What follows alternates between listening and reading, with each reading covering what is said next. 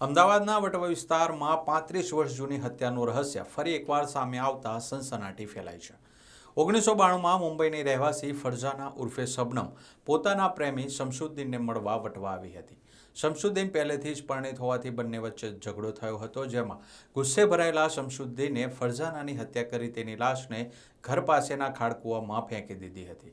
આ ઘટનાના વર્ષો સુધી આ ગુનો દબાઈ ગયો હતો, ત્યારે સમય જતાં શમશુદ્દીનના પરિવારજનોએ પણ આ મકાન વેચી દીધું હતું।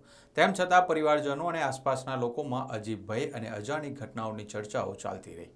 કહેવાય છે કે હત્યા બાદ પરિવારમાંથી એક શખ્સને રોજ મૃતક યુવતીનો આભાસ થતો હતો, જેથી પરિવાર અંધશ્રદ્ધા અને તાંત્રિક વિધિના માર્ગે વળ્યો હતો। આ ઉપરાંત પરિવારના એક સભ્યએ નશાની હાલતમાં હત્યાની કબૂલાત કરી હતી।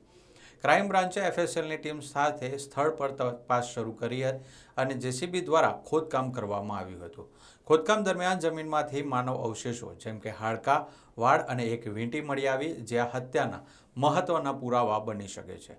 હાલ આ અવશેષોને ડીએનએ પરીક્ષણ માટે મોકલવામાં આવે છે, જેથી મૃતકની પુષ્ટિ થઈ શકે। મુખ્ય આરોપી શમશુદ્દીન જીવતો નીકળ્યો છે અને પોલીસે આરોપીની અટકાયત કરી વધુ તપાસ હાથ ધરી છે। તેની સાથે કોઈ અન્ય લોકો સંકળાયેલા હતા કે નહીં તેની તપાસ પણ ચાલુ છે। ક્રાઇમ બ્રાન્ચ સંભવિત સાક્ષીઓ અને સંબંધિત લોકોની પૂછપરછ કરી રહી છે।